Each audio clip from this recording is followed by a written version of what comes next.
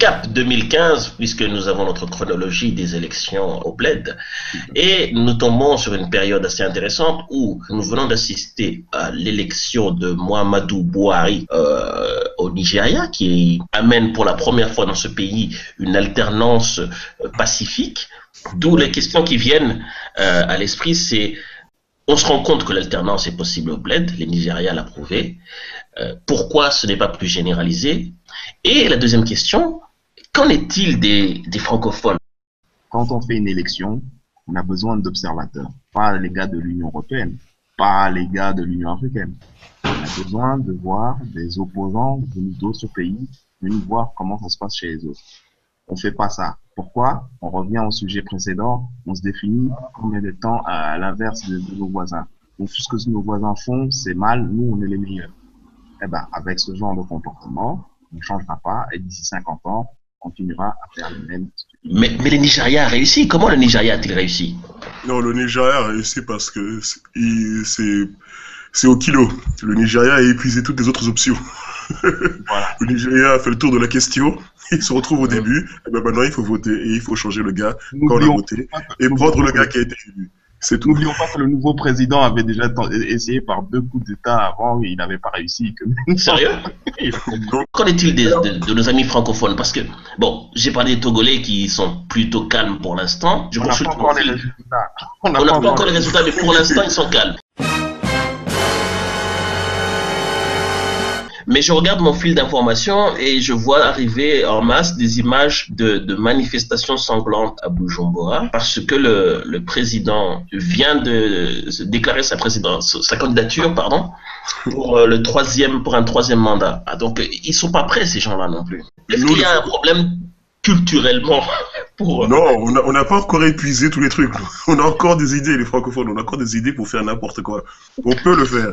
Ce qui est tragique dans ce que je dis, JLB, c'est que manifestement, il faut payer un prix en sang pour pouvoir arriver à cette situation stable dont le Nigeria bénéficie aujourd'hui. Mais qui a dit que la situation était stable au Nigeria?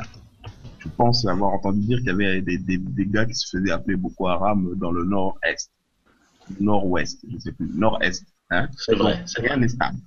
Rien n'est stable.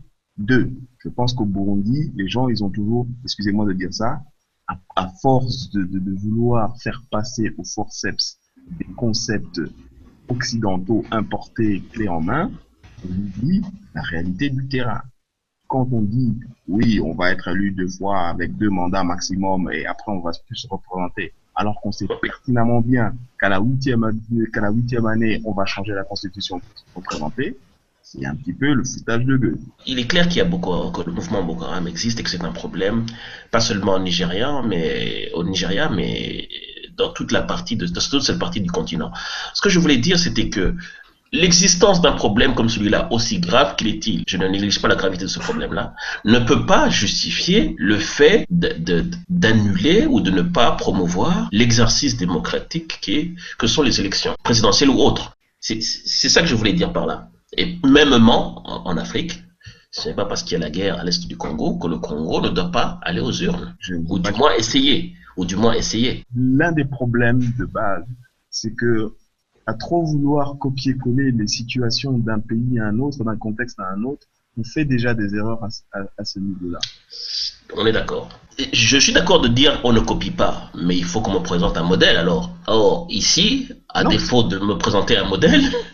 Non. Le fallback, la solution de secours, ben c'est celle-là. Par défaut, c'est là. Là où le bas blesse et où je te rejoins, c'est qu'effectivement, on n'a pas encore réussi à mettre en place, dans certains pays francophones, pareil qu'au Sénégal ça fonctionne, mais on n'a pas réussi à mettre en place un système permettant la possibilité d'une alternance pacifique. C'est ça qu'on n'a pas réussi à mettre en place. Maintenant que ce truc s'appelle démocratie ou je sais pas quoi, peu importe le nom, on s'en fout. Ce qui est important, c'est de mettre en place un système qui permet à la personne qui exerce le pouvoir d'être reconnue légitime par l'ensemble de la population. Le reste, on s'en tape.